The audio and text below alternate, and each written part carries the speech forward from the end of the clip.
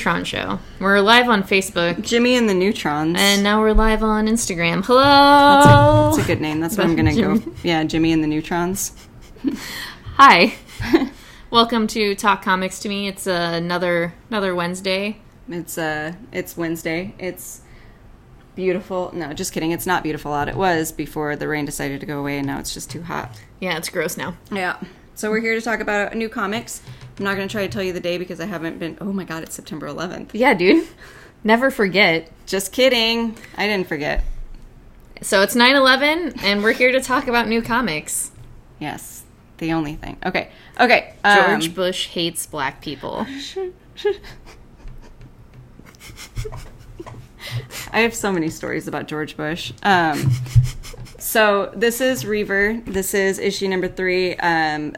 I'm still enjoying this, which was very surprising considering how hard the first issue was to get through. Just because of all the words. Yeah. There was just a lot of words. I mean, I still haven't read the second or third issue from you, so. They've been more fun. Like, there's just been a lot more going on. In this issue, our team of merry bandits... I don't know what to call them. Hoodlums, yes. They were all prisoners. They are freed to go destroy the enemy's weapon, which is called the anvil. They're going to die either way, but at least this way they get, to see outside and shit. So in this issue, they are in a town and they have to collect information from people, which requires them to go off on their own. And their little adventures are really funny. That's it. Yeah, that's it. It's violent. The art is so fucking good. I know, it's so good. There's one guy in here who, if you have played the first Dragon Age, if you guys know who Zevran Ariani is, he's a crow. This guy looks just like him, except it seems like he's trying to sleep with this little girl, and that's weird to me. So there's that. Reaver, everyone. Sounds like an interesting book. It was a weird development. I wasn't expecting it. I'm trying to read Roach's comments, and I can't. I do. I have a lot of stories about George, but she was just repeating what I had said. Yes, of course. Yeah. That's fine. I have Pretty Deadly Rat. I'm just screaming. It's okay. This actually came out last week, but we did not get our issues. So I got to read it this week, and this is the third story arc of Pretty Deadly. I am very excited for it to be back for so many reasons. It's just such a really great story in the way it flows. Kelly Sue DeConnick's author's notes kind of fill out what is going to happen with the series and the story arcs and how they're going to flow, and basically all of that information. If you're interested, Pretty Deadly kind of follows death and the people it chooses and how it affects everything around it, and just I'll actually just kind of go through it really fast. Sorry, everybody. The first volume deals with the Western American West and Sarah Fields and all of her family and everything that's happening with her. The second issue deals with World War I, and it's called Why Luck. So it's all about, like, this kid being lucky and kind of avoiding death for a certain amount of time. Mm-hmm. And then this is all about the 1930s. And they're all kind of written in different styles. So the first one's kind of written like a Western comic. The second one's written like a war comic. And this one's kind of written like a noir. Okay. Noir.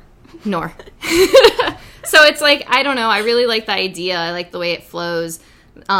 You have this bunny and this butterfly, and the bunny is telling, or rabbit, and it's telling the story to the butterfly of all of these people. It's very hard for me to explain, and I sound like I'm talking nonsense, but it's I read that it was very rooted in, like, mythology. Oh yeah, for sure. And it's not dense isn't the right word, but there's just like a powerfulness to it, or at least a heaviness to it that I super enjoy.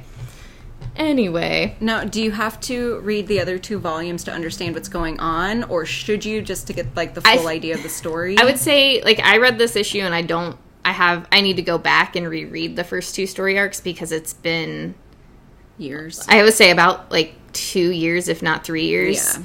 So you know, I can't fucking remember. I'm not gonna lie. I'm a stoner. Like, but you're... I don't remember everything. Like, I don't have an elephant brain.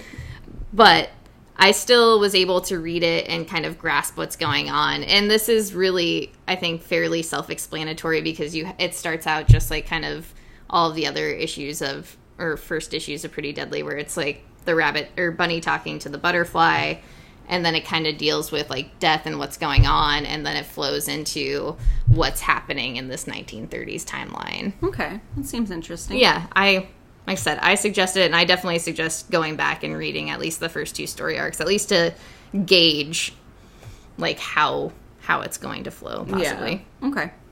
Man, I didn't mean to talk this much today because my mouth. Baby got her teeth pulled. My next issue of comics that I'm reading. I'm not on any drugs, I promise. This is Thumbs, part 4. This is a 5-part series. I forgot that there's actually stuff on the back I can read, so I'm going to read the back. Last month in Thumbs, the leader of the Power were revealed, detailing the loss of their children for which they blame both modern technology and morals. At the same time, their soldiers found themselves outrun by Thumbs, Mom, and Nia, Mom being a weird robot thing. And back in Power City, young love had just started to blossom for Tabitha, that's Thumbs' sister. When her world was ripped to shreds, she found out that her brother was still alive and he was coming for her. Like, that was in a very ominous way. Coming for her as in, like, to kill her? Or just to, like, keep her safe? He wants to save her. Okay. But in her mindset, she's basically been brainwashed by the Power. Oh, okay. To think that, like, well, first, that he was dead. Right. And secondly, that, well, they thought he was dead, too. He's a bad boy? But that he's bad. Okay. Because the whole idea of the Power is that technology just caused such a terrible thing that, like, they have no technology now. Okay. And these people are trying to fight back against that. And I've really enjoyed where this, like, series has gone. This issue especially kind of deals with the idea of no matter what you're fighting for, you're kind of on the wrong side. Like, you're not... Basically, Thumbs at one point is like, Nia, is what you're doing any different than what they did to us in the day? Okay. And it's just like, well, I'm trying to get them out of this, and to do this, I have to...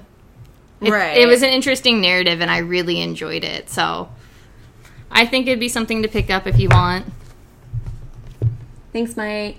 I don't know what he said. He said, LOL, you two are great together. Funny banter. Barter. I think it's banter.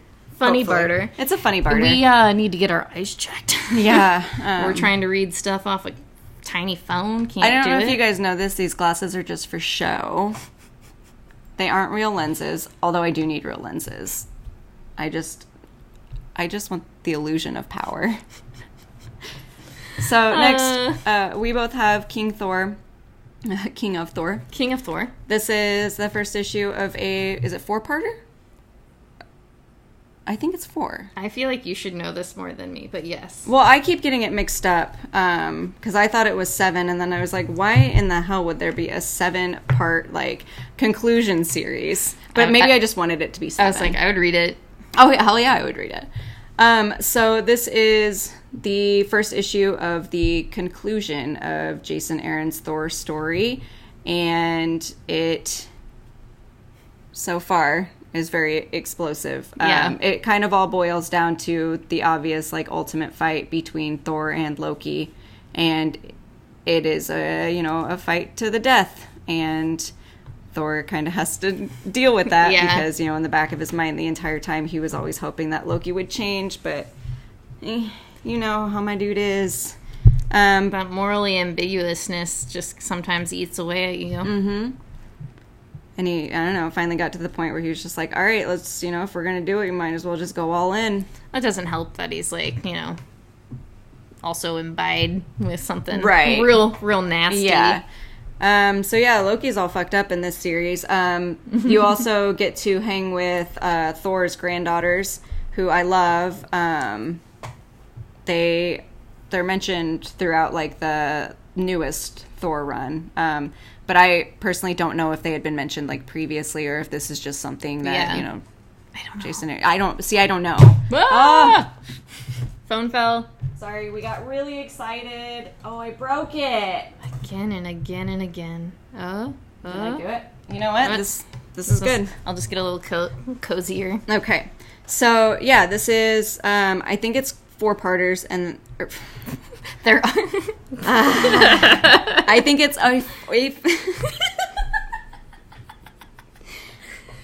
you can do it. 4. And then Jason Aaron is done writing Thor. So yeah, I'm not happy with it. I don't know if anyone else is. Or I'm not happy with it, but I'll go back and reread all of Thor now. Oh yeah, I'll be like, I know the ending, so now let me get the beginning. Fucking 7 years worth of Thor comics. But also the Asad Ribic does the art for this, and it is incredible. I love it so much. Oh yeah, the art is so fucking baller, phenomenal.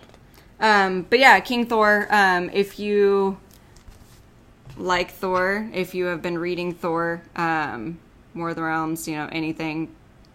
I think, War of the Realms really got me stoked to read this for whatever reason. Yeah. I was like, I want to see what happens. I need to see how this all ends. I didn't see how it began, but I saw the very end of it. Which was just wild, right? Yeah, it was wild enough, and I love this. Yeah. So yeah, I would say pick this up since it is going to be a 4 to 7 part series. I'll look it up and figure it out. And you don't have to be really familiar with any Thor beforehand. No. You can kind of just go in as long as you have like this vague idea of what's going on in the Marvel universe at the moment. Mm-hmm. You got it. Christopher. He's stuck in it. Our friend is stuck in an elevator at work. Oh my god. Elevators. I hate elevators. So that's one of my biggest fears. That's one of my biggest fears, too. Sucks to be you. I'm sorry, friend. Not even being stuck in an elevator, just an elevator. Like, I don't like elevators. Oh, no, they're gross and tiny. And yeah. When I worked at the hotel and I was doing room service one time, I had to go up to, like, the 18th floor to deliver some. And I took the elevator up there, but because, like, the employee elevators or whatever, they're so fucking old and terrifying, they, like, shake. Jiggle. Yeah, and I was, like, holding the food tray just, like, shaking because I was terrified because it's, like, the feeling where at any moment it could just, like, well, you're falling now. So I delivered the food and then ran all the way down the stairs because I refused to take that elevator again. Took 5 minutes to run down 18 flights of stairs. That sounds like a good time, but I don't know anything about exercise. I was covered in sweat. I missed 3 fucking calls. But you did it. Yeah, I did it. Okay. My turn? Yeah. So now back to comics. Yeah, back to comics. Sorry. I just needed you to get a glimpse in my life. This is Midnight Sky. This is a Scout comic, which I have actually never read before. This is a first issue. I don't know if it's going to be like an ongoing or if it's limited. But it's just, it's like a post-apocalyptic comic, but instead of like natural disasters or like zombies, it's aliens, which I thought was a really fucking cool approach, especially because the woman who is the main character in the story, it shows like what she was doing when everything just kind of started happening and how her family is involved. All right, that's cool. Yeah. So yeah, it's very interesting. I like the main character a lot because she's Ecuadorian and she always like switches back and forth between, like English and her native language. I really enjoyed it. I thought it was really fun. I only got the first issue just because I didn't know how I was going to feel about it because the solicit did not say much about it. It was just something is happening in this town, and I was like, what's happening in the town? So I got it, but I actually really enjoyed this. Midnight Sky. And that is something I always suggest is like to people, especially when they're like weary, is just to order the first issue. Yeah, because you never know. That's what I've been doing for a lot of things, and like I must have good taste because I have not had many bad first issues. I've only had a few lately, but it's to be expected. I mean, we're really good at comics. Like, the best. Yeah. We've got A+ in comics, and I'm proud of us. So with that, I have a Chomp Zdarsky book. Chomp Zdarsky. It's Daredevil, issue 11. It's a start of a new story arc, and it's, the beginnings of... You get Elektra in here. Ooh. And she's got some flowy hair. I love it so much. I need the flowy hair. Flowy hair. Oh! Damn, that's flowy hair. She looks so good. Yeah, just a hot ninja babe. That pose? Ooh. Yeah. I love this whole scene, but Matt meets up with Elektra, or Elektra vice versa, on the police roof after he saves Detective Cole from Rust Cole from True Detective. Yes. Okay. Yes. That is actually a character in Daredevil now. But he saved him for all these cops, and Elektra is just like, I need to reteach you how to do stuff because you've just not been doing anything, and now you want to save people again, and you don't know what the fuck you're doing. She like slides into the panel like, yeah, I need to teach you again, and then jumps off a roof. I'd be Elektra. Let me just hop on your back, take me everywhere. Yeah, but Matt Murdock is a fucking fool. Yeah, let's be real. And he can't see her entrance, so that's shame on him. I'd be pissed if I missed her entrance. That's just beautiful in itself. Now I've forgotten everything else that happens in that issue of Daredevil. Some Kingpin stuff happens at the very end, where Kingpin has kidnapped Owlsley to be like, get on this plane and get the fuck out of here. You're breaking the rules. You can't break the rules. And Owlsley's like, fuck you, dude. And breaks out and, like, flies away. Owlsley? Owlsley, yes. Owlsley. He flew away. Yeah, it's like, he's all tied up. He's like, you gotta go, dude. And he's like, no. Straight, no. No. And then, and then... Yeah, that dude just flew away. Wow. Interesting. So that happens, and then Spider-Man has a whole dialogue with Detective Cole. I hope that's his name. Now I'm gonna just... That would be a very interesting conversation. I would love to just be a fly on the wall for that. Or is it North? Now I'm like, what the fuck is this guy's name? Have I been saying Cole and it's actually something else? Who knows? Who knows what this guy's name? Guys, we've been learning a lot of things today. It's that we don't remember names. Yeah, we're awful at it. Anyway, has a conversation with him about how, like, vigilantes and people like that have more weight, I guess, on their backs than police. Yeah, they're heavy. And that's that. I really enjoyed that, like, the Spider-Man dynamic in this. I really wish I had picked up all of Peter Parker's Spider-Man by Chip, but I failed. Yeah. You can still get it. I could go back and get it, but I'm reading too much. Mm-hmm. So, now back. Now back to the thing. I have Silver Surfer. Silver Surfer Black. This is issue number 4. This is almost to the end. And in this issue, Silver Surfer has a weird conversation with Galactus before he becomes Galactus. Oh, can I see? Yeah. I just really enjoy the art for this. Yeah, the art is still very, very good. And, you know, Silver Surfer is trying to figure out how to defeat Null and everything that's happening. And he thinks the way to do so is to destroy Galactus before Galactus is born. But that isn't quite the right thing to do. So he has a conversation with Galactus and figures out the next steps, and then we find out what happens next issue. Damn. Yeah, dude. It's just so good. This reminds me of, like, when I was little. And that's Galactus before like he's him. Galactus. When I was little and I would eat too many, like, pixie sticks and then, like, go to sleep, the kind of dreams that I would have, this is what it looks like. My pixie stick dreams. Yeah, this is exactly what it would be. And it would always be me, like, walking through flowers and then the flowers, like, being edible, but also being sugar. So that's interesting, I think, and a good way to describe that art, actually. Yeah. So, next? Yes. So we have Loki. This is issue number 3. This boy is ongoing.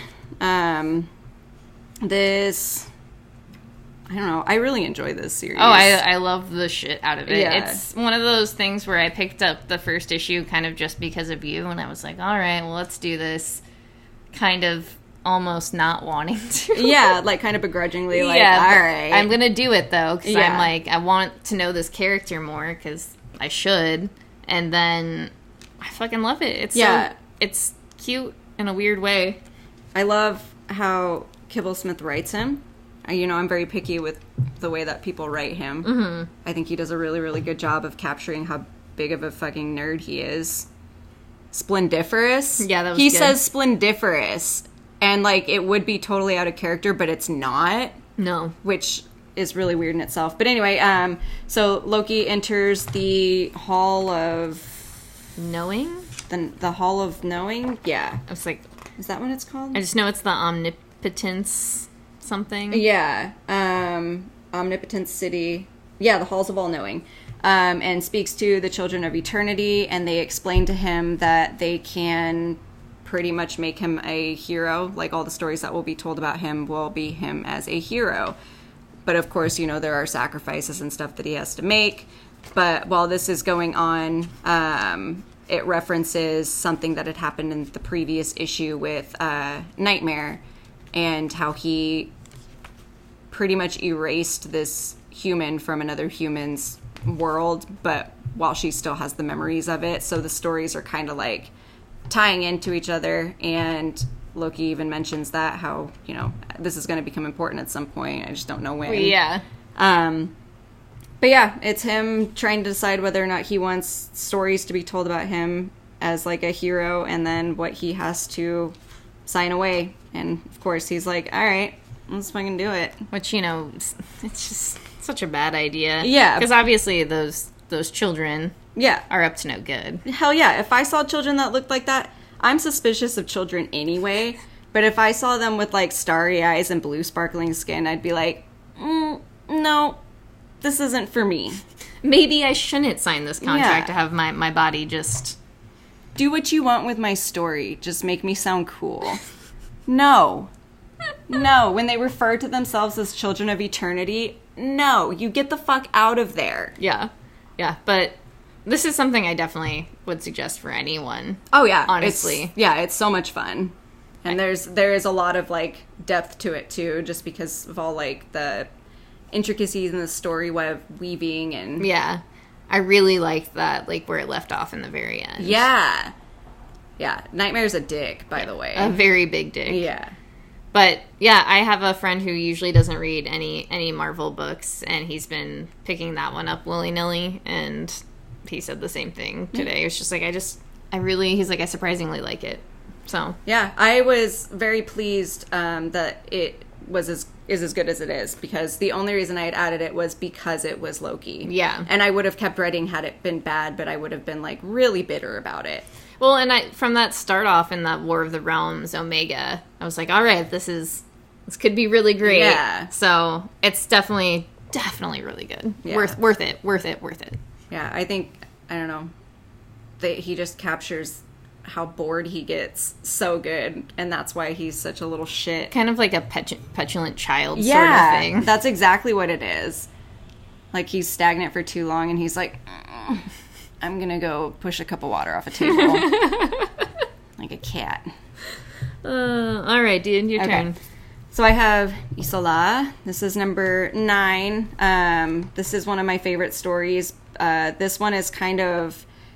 It almost feels like a filler, but it's not boring, if that makes sense. Like, nothing really happens that I was expecting. So basically, Olwen, who is the queen turned tiger, and Rook, who is her guard, they are trying to get to Isola, which is the land where Olwen will be able to turn back into a human and become the queen again and do what she needs to fucking do. But they keep running into, like, all these obstacles, and right now they are stuck. Not necessarily stuck. I don't think they realize that, they're stuck with this woman who is essentially just like a witch.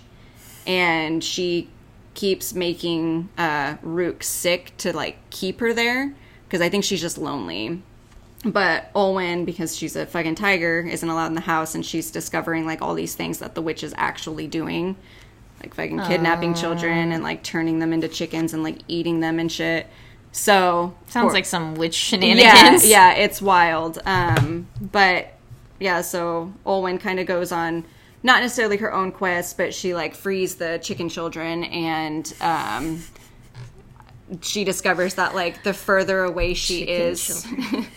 the further away she is from, like, the magic the less of a hold it has on her. So, like, the source of her magic. So, like, the kids, because they're far away from that witch now, like, they turn back into kids. Okay. So she thinks that, like, if she does that, like, to herself, if she gets far enough away from it, she'll be able to turn back into a human without the help of, like, other magic. All right. Interesting. So, yeah. And, yeah, Rook is starting to come around, but Olwen's already gone, and her and Olwen are in love, so it makes her really sad that Olwen left without her. No. It's really good. Like, I still really, really love it. The art is so good. It's just a beautiful little story, and I never want it to end. Hopefully it doesn't. I feel like it is coming to an end. Like, it feels like there's going to be a conclusion, but I don't know if it would just be, like, the story arc or the end of the story. I just don't see why they would continue a story after Olwen has turned back into a human. Okay. I, of course, would be okay with it, but I feel like that would be a good kind of ending is, you know... I don't know how they would continue with the same kind of magic. Yeah. That makes sense. Yeah. It's fair. I'm ready. I have Gogor, whatever you want to do. Gogor! Issue number 5. Is this a 6-parter? This is my sad news about this book. It was supposed to be a 10-issue story arc. Okay. And this is actually the last issue. What? Yeah. Like they did with Fair Lady? Basically, but I mean, at least with Fair Lady, I'm not sure. I'm sure he wrote more issues, but yeah, kind of the same deal. So this doesn't actually have any sort of conclusion. You kind of guess make your own conclusion if you'd like. It really sucks because it ends like the whole idea has been this kid trying to save where he's from and running into Gogor and like trying to get the pieces to the puzzle to help save his people, and he seemingly has those people or those pieces, and then the issue ends with them flying off onto a quest. I kind of like that, though. Yeah. Like, that open-endedness. I suppose in, like, the long run, but I really wish I could have at least had the ending. And the author does, like, a nice little, like, outro about, how this was supposed to be the end of the arc and how it ended up getting canceled just because of numbers and stuff. And just, like, about how comics, are becoming such a thing where people... don't read them as much, or there's a lot of, like, drama, or, like, the internet has kind of skewed people towards movies and, like, more entertainment, like, focused entertainment like that, and less of entertainment like this. And basically, like, we always say at the end of our podcast, just, like, shop at your local shop. Like, support floppies, support comics, like, pre-order books, do what you can to keep books alive, because... We have to. What the fuck else are we going to talk about? I can't imagine living in a world where books aren't a thing. Yeah, and, books and comic books are different, but for sure, like... I mean, like, just having that material. No, for sure. Like, having physical things and... Plus, like, if you like what someone is doing, why wouldn't you want to just continue to support them in any way that you can? And just like anything, money. But... just if you really like a book and you want to see it keep going, do what you can. Pick up the book, grab it on the day of release, talk to your friends about it, see if they'll pick it up. Start a podcast, start talking about comics. Yeah, try to get more people interested, because books are cool. But that's all I have to say about that book, really. It's a really great, like, fantasy story. I think it's really approachable if you have any, like, tweens or, like, younger children. I think that's, like, this book would be a lot of fun for them. Ouch. That's what I'm going to say, so maybe I can get a second story arc and an ending. So we have Invaders. This is bananas. This is our double dip week. Yeah, we got double dip. And, yeah, this issue is bananas. This sexy Namor cover, first of all, is just so hot. I can't handle it. And not just because there's fire in the background, but it's just sexy as hell. And a lot of fucking shit happens. I love him. I don't know if you guys know this, I love Namor. It's hard to describe this issue without ruining any aspect of this issue, but I love this old man comic. Yeah, it's very wordy, very political, very boring, and I fucking love it. Every issue just builds and builds and builds, and this issue kind of comes to that, like, explosion point where you've learned last issue that Xavier basically put Namor's old friend into his mind to help him work through trauma and everything that's going on, and basically this friend became something more and invaded Namor's mind to the point of madness. Yeah, it is really fucking with his, what am I trying to think of? His plans. Yeah. That's not the word I was looking for, but... it is. Yeah, it is. It's really messing with his perception. No. His perception of what's, like, real and what's not, and I think it's very interesting to see this Sea-Man fighting internally with himself. Yeah, and that's, basically what we've been reading the whole entire time until we get to this point. You don't really... I guess last issue is when you realize it, but this issue just pushes it beyond that, and Captain America and Bucky have to figure out what they can do to successfully fight Namor, who they aren't actually really fighting necessarily. Yeah, because, he's their friend. They have, like, a history, and above anything else, they want to save him. They don't want to, like, have to kill him, but it's getting to the point where Namor is just like, fuck you, I'm going to do what I want to do. I got this 6 serpent helmet. This is what I'm going to do all the time. It's a crown. It's a helmet. It's his little Medusa hair. It's his Medusa wig. Yeah. Just slicks it back. Yeah. I like to put this on and turn him into stone. But yeah, it's kind of getting to the point where they just don't really have anything else that they can do to try to, like, talk him out of it or try to help him because he refuses to listen because he can't. Yeah. It's just impossible for him. But yes, this cover is really good. I want you guys to look at that. See that? I'm really super excited to see where this goes. Yes. And it's like, it's near the end of the story arc, right? Or, like, at least in the middle. Yeah, what are we on? 9? Part 3? Yeah. So I'd assume 4 or 5 parts? Yeah. So yeah, that would be near the end. Yeah. Okay. Yeah, it's really good, though. I feel like, I know I saw a solicitation for 11, but I can't remember what it said. I do remember seeing it in that book right there. That preview's right over there. Yeah, 2019. But I'm sure it's over in, like, the Marvels preview that's on my couch. Shit. Yep, you're right. I was wrong, guys. Okay, so I have so many Marvel books this week. I have Age of Conan Valeria. Same, though. This is issue number 2. I like this. I don't like it as much as I like the Billette story, and I think it might have just been because Billette was goth, and Valeria isn't. But, okay, so it's basically her using all of the techniques and stuff she used as she was growing up to, like, fight, and, I don't know who just texted me. Yeah, she's trying to find the man who killed her brother, who also is the one who taught her how to fight. So, it's a very interesting thing, I guess.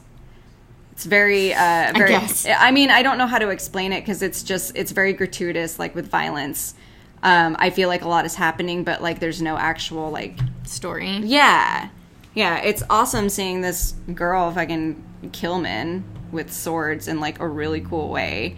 But, I don't know. I think it's only going to be 4 issues, so it's not like I'm missing out on anything if I, like, cancel it. It's not like I'm losing anything if I keep it. So. Yeah, I get it. Yeah. So many books like that. Yeah. In my world.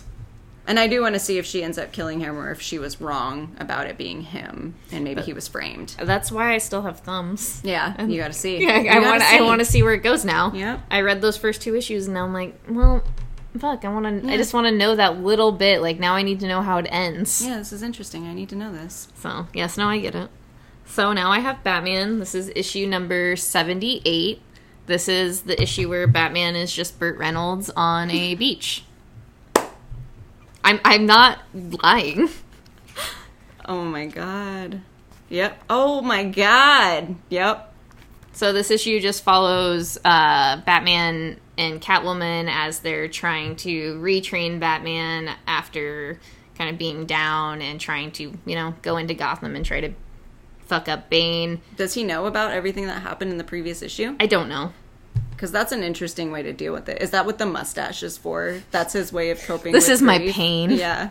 Let me have this. No, I'm not 100% certain, to be honest. This kind of just seems like an issue, like a filler issue, honestly. Yeah. Just an issue where you kind of gauge, like, where Catwoman and Batman are within their relationship and kind of what comes next. And it's nearing the end of his run, right? Yeah, 85. Okay. So 6 more issues? Yeah. 7 more issues? So it's building up to Batman and to his... Because what happens after 85 is we get Batman Catwoman, which is a 12-issue run, which finishes out the entire Tom King Batman series, or story. Okay. Interesting. Yeah. I still really enjoy this. I mean, I spent so much time catching up and reading it, and I do really like it, and I do enjoy, like, the dynamic between Batman and Catwoman. It's just, like, some of these issues like this, I can see why people don't like it, just because it is a lot of just, like, back and forth between a couple, basically. So, and a couple that just recently ended their engagement. Yeah. Which adds a different level to this, because it's, both of them trying to struggle about why she actually left and what that means to them now. Mm-hmm. Yeah, and how it'll affect them in the future. So, I like it. Yeah. I like it. Batman. Yeah. I would say go back and read all of it if you can, but take your time. No rush. You'll get it. There's 10 trades out now.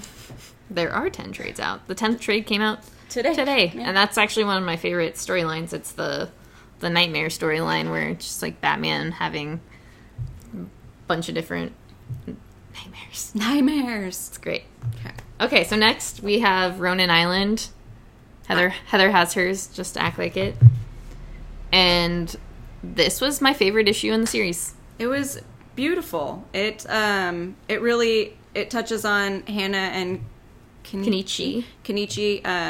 A couple, like, kind of formative moments that happened, like, in their childhood that, made them who they are. They are still separated at this point. Kenichi had run off on his own, to just get away, right? Well, because... I can't remember. Because I think the Shogun... Did he kick him out? I can't remember.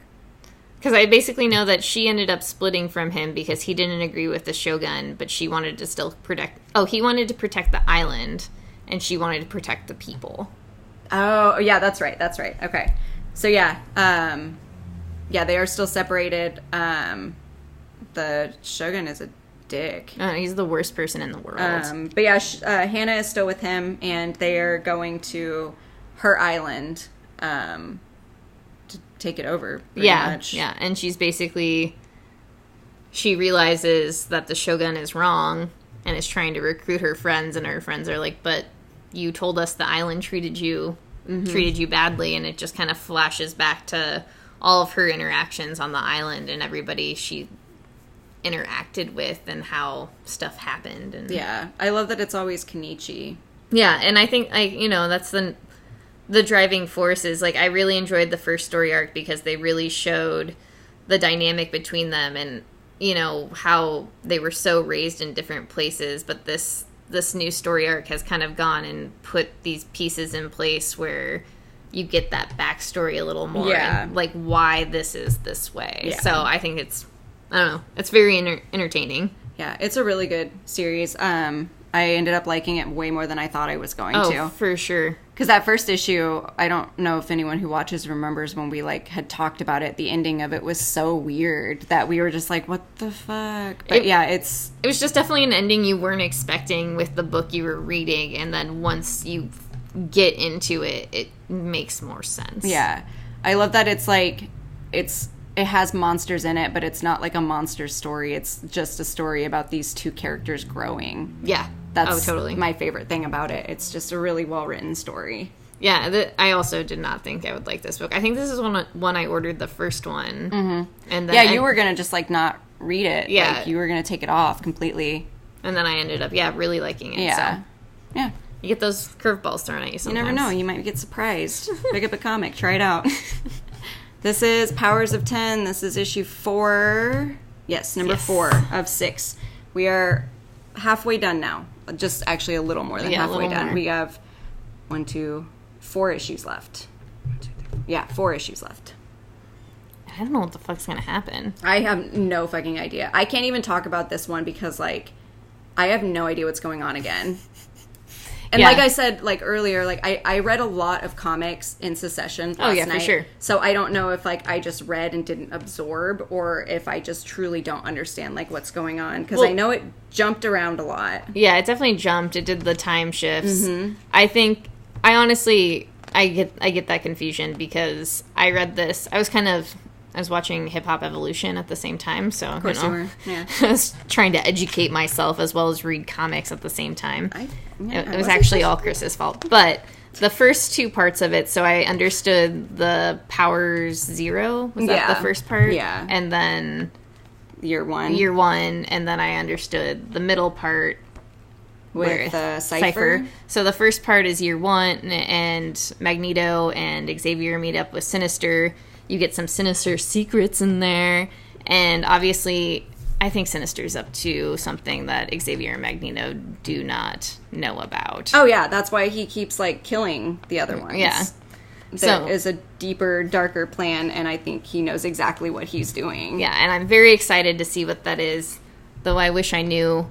The thing with this book is they threw in, like, the timeline thing, so now it's like, well, what fucking timeline are they? Yeah, and that's where I keep getting confused, too, because I keep forgetting that there's, like, so many different fucking timelines. Like, and so, like, I try to, like, blank that out when I'm reading these books, and just, like, at least with, like, these sorts of ones, because when they split up, I'm just like, all right, just focus on the fact that this is the year, and then the next one. So this one, Sinister, year 10, is Cypher, and Xavier takes Cypher to Krakoa, and you learn the origins of Krakoa and how it came to be and how it became basically 2 different beings. And Xavier asks Cypher how long it would take him to create a language, and he's like, a year, maybe? And that's if I'm really bad at it. Yeah. And then he's like, all right, peace out, and just flies away. And leaves Cypher alone. Yeah, and then the third part is year 100? The big jump, year 1000. 1000, and this is nonsense to me. Yeah, this is the phalanx.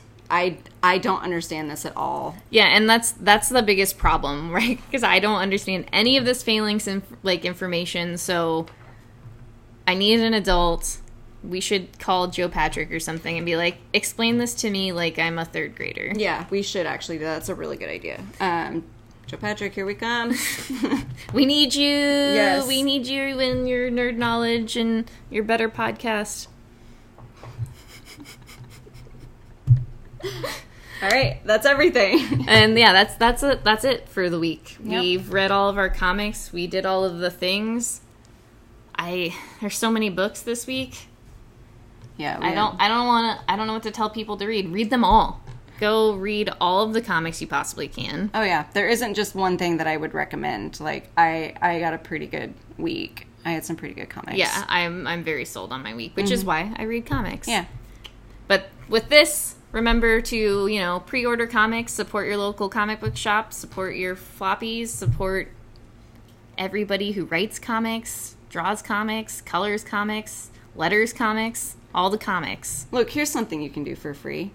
Share their stuff online. Yeah, exactly. That is the easiest way to do it, and please do. Yes. If you love someone, support them.